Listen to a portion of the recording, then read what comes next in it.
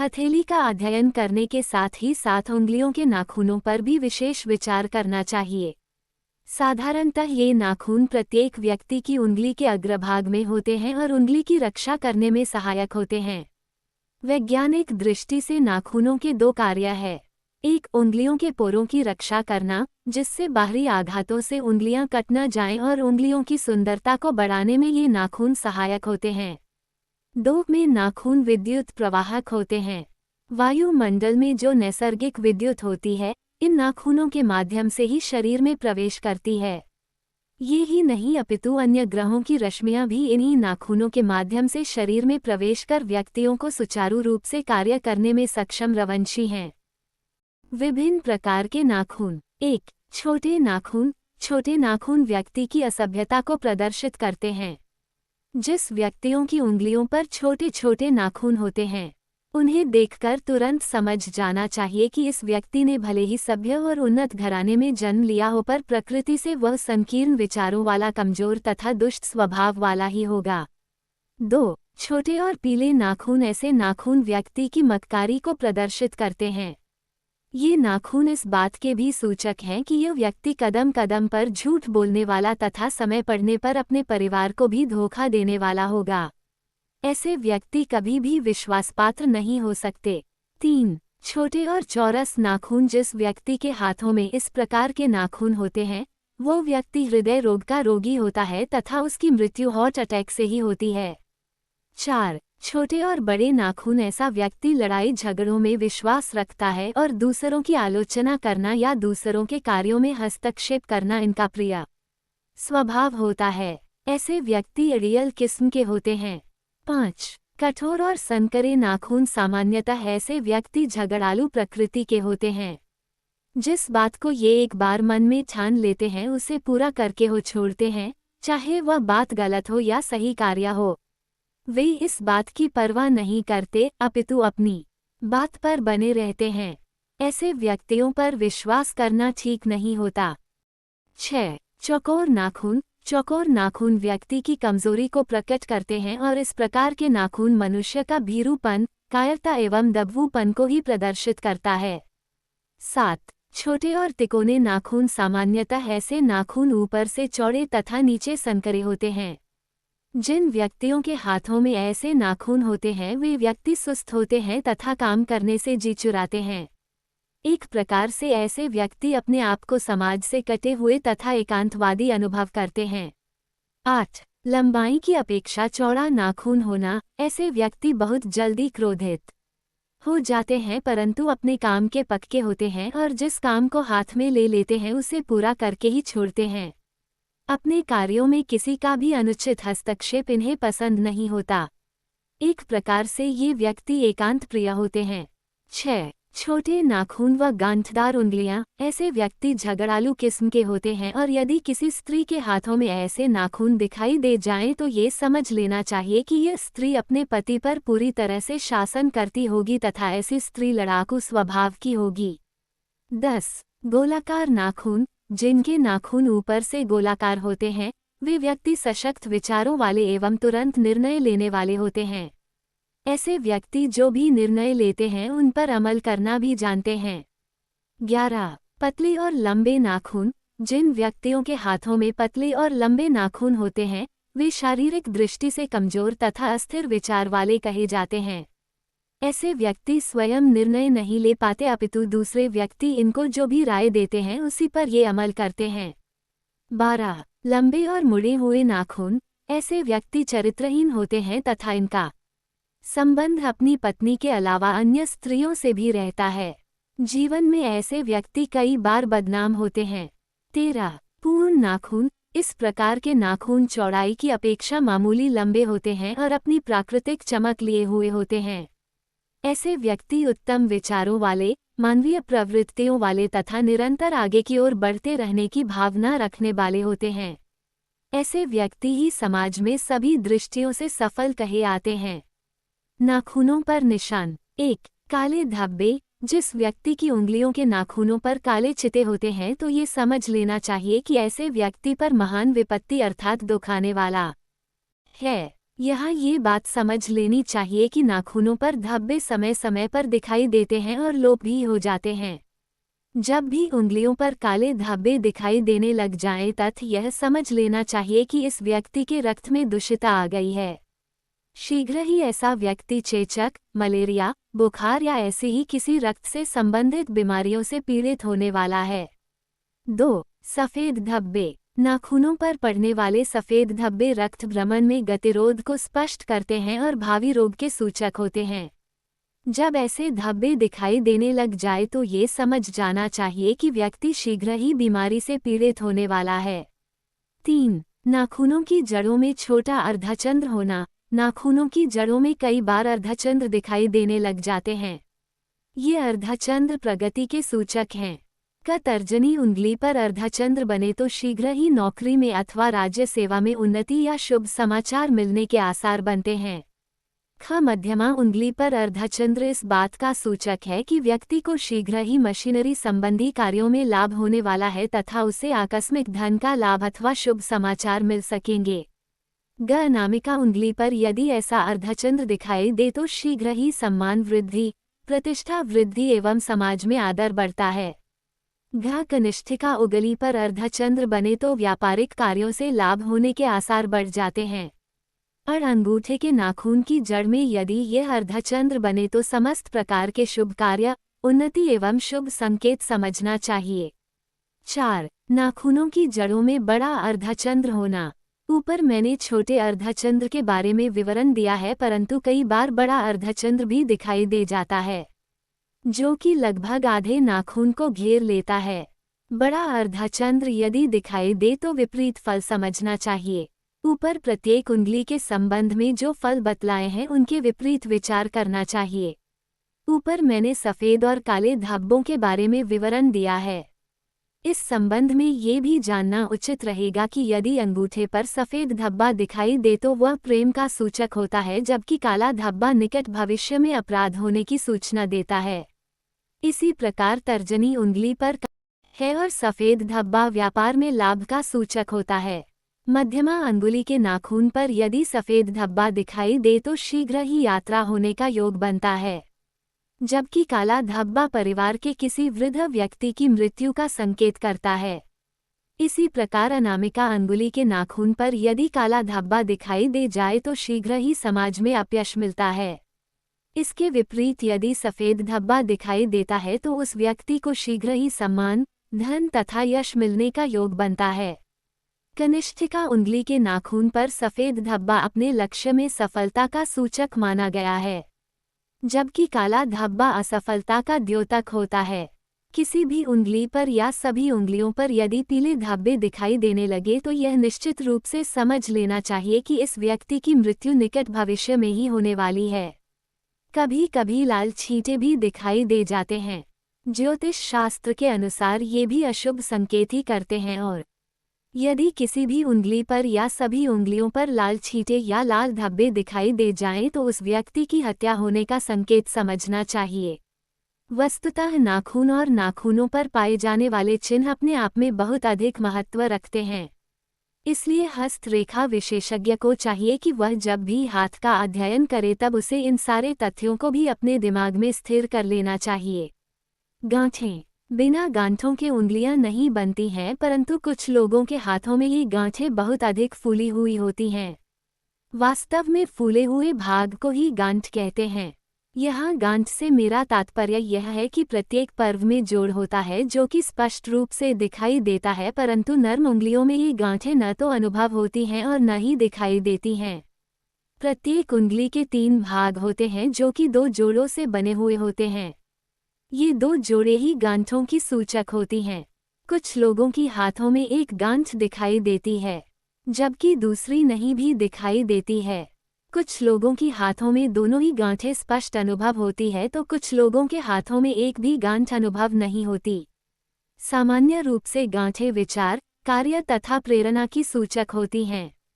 मैं आगे इससे संबंधित कुछ तथ्य 1. यदि तर्जनी अंगुली में मात्र नीचे की ही गांठ हो तो ऐसे व्यक्ति मंद बुद्धि के होते हैं, परंतु यदि ऊपर वाली गांठ ही अनुभव होती है तो वे अपने कार्यों में चतुर एवं योग्य होते हैं।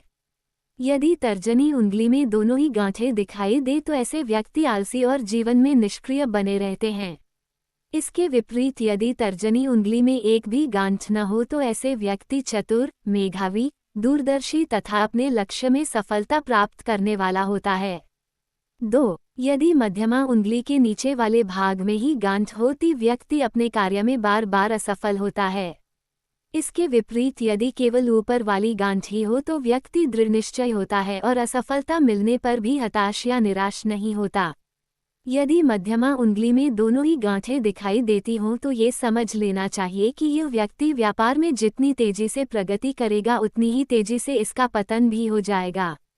यदि मध्यमा उंगली में कोई गांठ न हो तो वह व्यक्ति धीर, गंभीर तथा अत्यंत उच्च स्तरीय विद्वान अथवा व्यापारी होता है और सैकड़ों लोगों का भरण पोषण करने में समर्थ होता है। 3. अनामिका उंगली में यदि मात्र नीचे ही गांठ अनुभव हो तो व्यक्ति धर्म के मामले में कमजोर होता है। धार्मिक कार्यों में उसकी रुचि कम होती है। परंतु यदि केवल ऊपरी भाग में ही गांठ दिखाई दे तो ऐसा व्यक्ति धर्मभीरू तथा कमजोर दिल वाला होता है। यदि अनामिका उंगली में दोनों ही गांठें प्रतीत होती हों तो ऐसा व्यक्ति समाजद्रोही एवं धर्मद्रोही होता है। उसके जीवन में धर्म का या सामाजिक कार्यों का कोई महत्व नहीं होता। वह व्यक्ति पूर्णतः स्वार्थी तथा अपने ही हित चिंतन में लगा रहता है।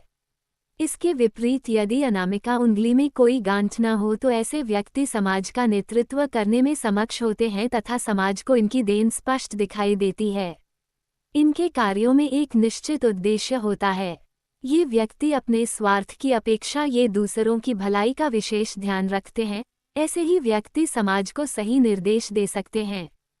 4. यदि कनिष्ठिका उंगली में नीचे की ओर ही गांठ हो तो वह व्यक्ति जरूरत से ज्यादा चालाक एवं सावधान होता है। कानून तोड़ना इसके लिए बाएं हाथ का खेल होता है तथा ये समाज विरोधी कार्यों में अग्रणी रहता है। यदि कनिष्ठिका उंगली के ऊपरी भाग में ही गांठ हो तो ऐसा व्यक्ति समाज के लिए सहायक होता है तथा उसके जीवन का अधिकतर हिस्सा सामाजिक कार्यों में लगता है।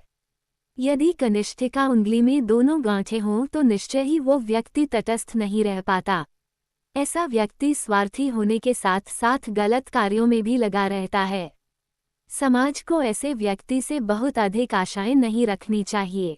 यदि कनिष्ठिका विभिन्न प्रकार के अग्रभागों वाली उंगलियां उंगली में कोई गांठ न हो तो ऐसे व्यक्ति आदर्शजीवी होते हैं। इनके विचार शुद्ध एवं पवित्र होते हैं तथा ये व्यक्ति अपने जीवन में समाज को कुछ नया देने का सामर्थ्य रखते हैं। ऐसे व्यक्ति ही समाज के भूषण कहे जाते हैं। 5. अंगूठे में केवल एक ही गांठ होती है क्योंकि अंगूठे के मात्र 2 ही भाग देखे जा सकते हैं। यदि अंगूठे में गांठ दिखाई दे तो ऐसे व्यक्ति कमजोर दिल वाले होते हैं तथा अपने कर्तव्यों के प्रति ये लगभग उदासीन से ही रहते हैं। इसके विपरीत यदि अंगूठे में कोई गांठ अनुभव न हो तो ऐसे व्यक्ति दृढ़निश्चयी होते हैं तथा अपने कार्य के प्रति अटूट आस्था रखने वाले होते हैं। एक बार जो मन में निश्चय कर लेते हैं उस कार्य को पूरा करके ही छोड़ते हैं। इनके जीवन में दृढ़ता, प्रबल इच्छा शक्ति और कार्य करने के प्रति अटूट आस्था होती है।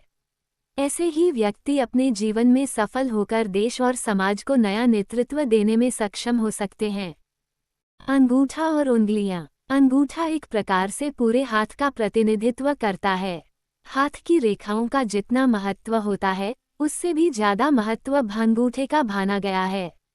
जिस प्रकार मनुष्य का चेहरा उसके जीवन का प्रतिबिंब होता है, ठीक उसी प्रकार उसके हाथ का अंगूठा भी उसके पूरे व्यक्तित्व को हस्तरेखाविद के सामने साकार कर देता है।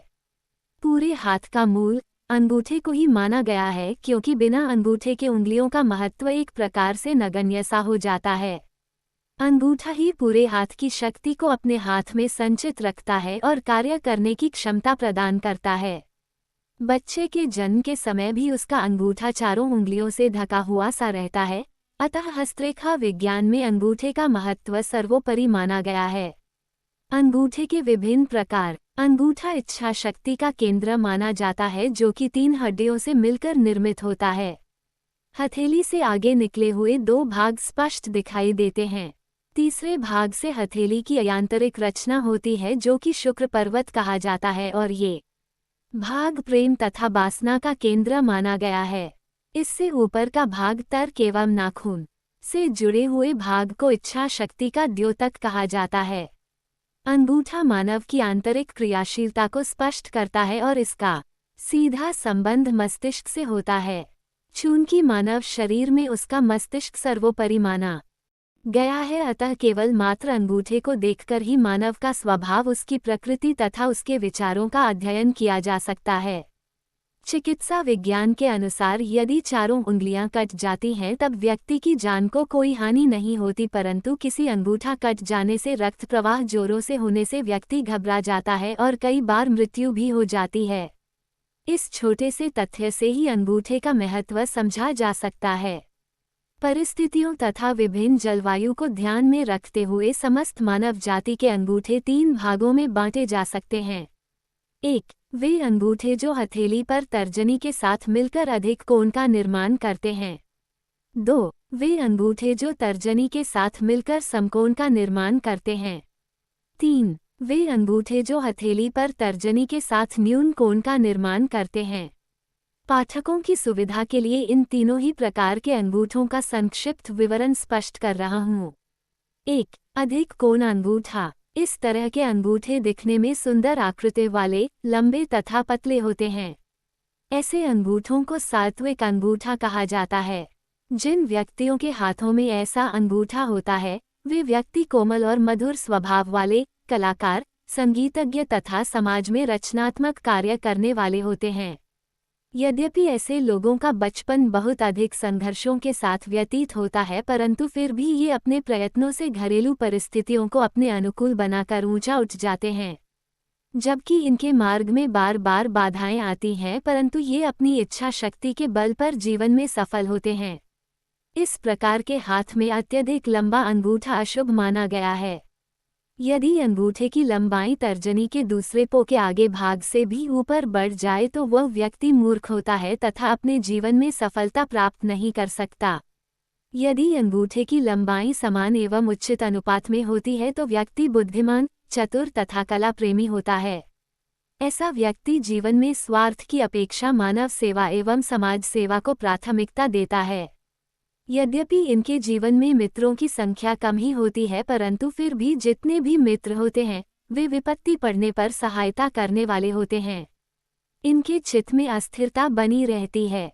ऐसे व्यक्ति बार बार अपने विचार बदलते रहते हैं और जीवन में काफी बाधाओं के बाद ही सफल हो पाते हैं।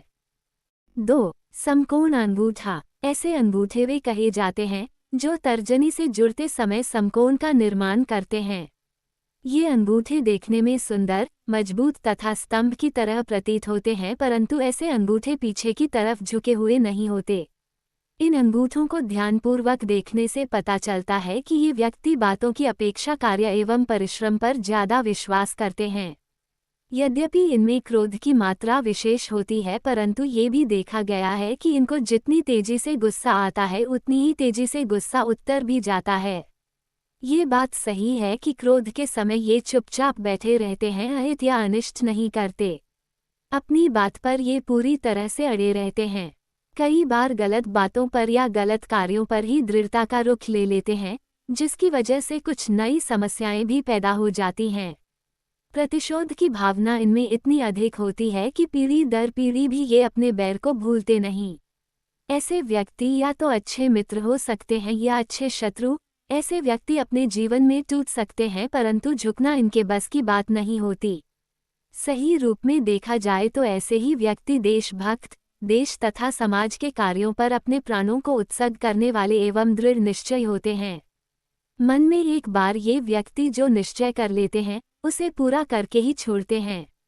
दूसरों के अधीन रहकर कार्य करना इनको प्रिय नहीं होता, अपितु ये अपने ही द्वारा संचालित होते हैं।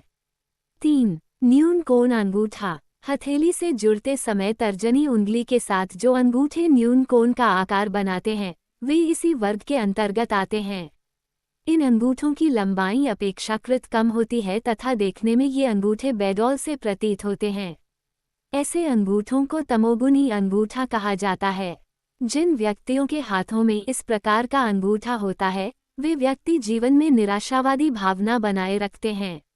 आलस्य इनके जीवन में बराबर बना रहता है। यात्रा आदि कार्यों में इनकी रुचि नहीं होती और न किसी कार्य की पूर्णता में ये विश्वास रखते हैं। निम्न और मध्य वर्ग के लोगों में ऐसे ही अंगूठे प्रायः देखने को मिलते हैं। ऐसे व्यक्ति बुरी आदतों तथा व्यसनों में व्यस्त रहते हैं, जिसकी वजह से आय की अपेक्षा इनका व्यय बढ़ा चढ़ा रहता है। ये जरूरत से ज्यादा फिजूल खर्ची के व्यक्ति होते हैं तथा दिवास्वप्न देखते देखते अपनी उम्र काट लेते हैं। धर्म कर्म में उनकी रुचि कम ही होती है। भूत प्रेत, देवी देवताओं आदि की ओर इनका थोड़ा बहुत झुकाव रहता है। निम्न स्तरीय कार्यों में इन्हें आनंद आता है। इस प्रकार के व्यक्ति भोगी होते हैं तथा अन्य स्त्रियों के प्रति बराबर आसक्ति बनाए रखते हैं। अपने से निम्नतर अथवा निम्न जाति की स्त्रियों से इनका संपर्क रहता है। ऐसे व्यक्ति अपने जीवन में कई बार बदनाम होते हैं। मेरी राय में ऐसे व्यक्तियों से समाज को किसी प्रकार का कोई विशेष लाभ नहीं मिलता। अंगूठे के 3 भाग। ध्यानपूर्वक देखने से प्रतीत होता है कि अंगूठा मुख्यतः 3 भागों में बंटा हुआ होता है। पहला वह भाग कहलाता है जो नाखून से चिपका हुआ होता है। दूसरा मध्य भाग तथा तीसरा वह भाग कहलाता है जो हथेली में शुक्र पर्वत से जुड़ा हुआ होता है। हस्तरेखा विज्ञान के अनुसार इनमें प्रथम पो सत, दूसरा पो रज तथा तीसरा पो तम को स्पष्ट करता है। इनको हम ऊर्ध्व भाग, मध्यम भाग तथा अघो भाग के नाम से भी संबोधित कर सकते हैं। ऊर्ध्व भाग विज्ञान और इच्छा शक्ति का द्योतक होता है। मध्य भाग तर्क एवं विचार का प्रतिनिधित्व करता है तथा तीसरा अघो भाग प्रेम, विराग और स्नेह को सूचित करता है। प्रथम पो। जिस मनुष्य के अंगूठे का प्रथम पो दूसरे पो से लंबा हो, उस व्यक्ति में इच्छा शक्ति प्रबल होती है तथा निर्णय लेने में ये स्वतंत्र होता है। ऐसे व्यक्ति किसी की अधीनता में रहकर कार्य नहीं कर पाते। ऐसे व्यक्ति धार्मिक विचारों में गहरी आस्था रखने वाले होते हैं तथा इनका स्वयं का व्यक्तित्व इतना प्रबल तथा आकर्षक होता है कि देखते ही इनके व्यक्तित्व का प्रभाव सामने वाले पर पड़ जाता है। ये अपने व्यक्तित्व के बल पर कुछ भी कार्य संपन्न करा लेने में समर्थ होते हैं। ऐसे व्यक्ति यौवनावस्था की अपेक्षा वृद्धावस्था में अधिक संवेदनशील तथा अधिक सुखी देखे जाते हैं। यदि प्रथम तथा द्वितीय पो बराबर लंबा एवं मोटा होता है तो ऐसा व्यक्ति समाज में सम्माननीय स्थान प्राप्त करने में सफल होता है। न तो ये किसी को धोखा देते हैं और न किसी से ये व्यक्ति सहज में ही धोखा खाते हैं। जीवन में मित्रों की संख्या बहुत ज्यादा होती है तथा समाज में ऐसे व्यक्ति लोकप्रिय होते हैं। कठिन से कठिन परिस्थितियों में भी इन्हें मुस्कुराते हुए देखा जा सकता है। द्वितीय पो। अंगूठे का दूसरा पो तर्क शक्ति का स्थान माना गया है। यदि दूसरा पो पहले पो से बड़ा और मजबूत हो तो इससे ये सिद्ध होता है कि व्यक्ति में तर्क शक्ति जरूरत से ज्यादा है और इस व्यक्ति की यह विशेषता होगी कि यह अपनी तर्क शक्ति के सामने किसी को भी टिकने नहीं देगा। परंतु इस प्रकार के व्यक्तियों एक कमजोरी यह होती है कि ये अपनी उचित और अनुचित सभी बातों को तर्क शक्ति के सहारे मनवाने की कोशिश करते हैं। यदि कभी तर्क शक्ति में अपना पलड़ा कमजोर होता देखते हैं तो वो हल्ला मचाकर अपनी विजय सिद्ध करने का प्रयत्न करते हैं। सभ्य समाज में इनको ज्यादा आदर नहीं मिलता अपितु इन्हें बकवादी और वाचाल कहा जाता है। यदि किसी व्यक्ति के हाथ में ये पो पतला हो तो ऐसे व्यक्ति अपने दिमाग से काम न लेकर जो भी जी में आता है मुंह पर बक देते हैं। ऐसे व्यक्ति अपने अधिकारियों की गलती निकालने में तत्पर रहते हैं, जिससे इनका अधिकांश जीवन बर्बाद सा ही रहता है। यदि पहला और दूसरा पो बराबर लंबाई और चौड़ाई तथा मोटाई लिए हुए हों तो व्यक्ति शांत मस्तिष्क के कहे जाते हैं। न तो ये क्षणिक आवेश में क्रोधित होते हैं और न क्षणिक प्रशंसा से फूलते ही हैं। जीवन में प्रत्येक कदम सावधानी के साथ उठाते हैं, जिससे इनको समाज में कम से कम धोखा खाने को मिलता है। इनमें आत्मविश्वास भी प्रबल रूप में होता है।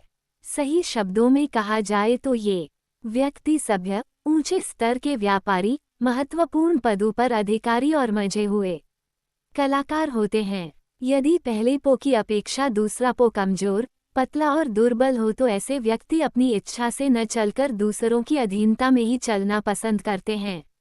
सही रूप में ये स्वयं कोई निर्णय नहीं लेते। जीवन में ये किसी भी प्रकार का कोई कार्य बिना योजना के ही प्रारंभ कर देते हैं, जिससे उस कार्य के अंत में इन्हें हमेशा असफलता ही मिलती है। इनकी आत्मा निर्बल होती है। इनके विचार अस्थिर होते हैं। इनकी प्रवृत्ति झगड़ालू होती है और जीवन में ये एक असफल व्यक्ति कहे जाते हैं। वास्तव में ही ऐसे व्यक्ति भाग्यवादी होने के साथ साथ आलसी भी कहे जाते हैं। तीसरा भाग। अंगूठे का तीसरा भाग पो न कहलाकर शुक्र का स्थान कहलाता है। शुक्र पर्वत के बारे में आगे विवेचन किया जाएगा। प्रथम दो पो की अपेक्षा ये भाग निश्चय ही उन्नत, सुदृढ़ एवं सुंदर होता है। यदि यह भाग सामान्य रूप से अधिक ऊंचा उठा हुआ, सुंदर और कुछ गुलाबी आभा लिए हुए होता है तो ऐसा व्यक्ति प्रेम और स्नेह के क्षेत्र में काफी बड़ा चढ़ा होता है। समाज में ऐसे व्यक्ति आदर प्राप्त करते हैं तथा मित्रों में भरपूर लोकप्रियता अर्जित करने में सफल होते हैं। ये व्यक्ति कठिनाइयों में भी मुस्कुराते रहते हैं और अपने प्रयत्नों से जीवन में पूर्ण सफलता प्राप्त करके ही रहते हैं। यदि शुक्र का पर्वत बहुत अधिक उठा हुआ दिखाई दे तो ऐसा व्यक्ति भोगी और कामी होता है तथा सौंदर्य के पीछे भटकने वाला माना जाता है।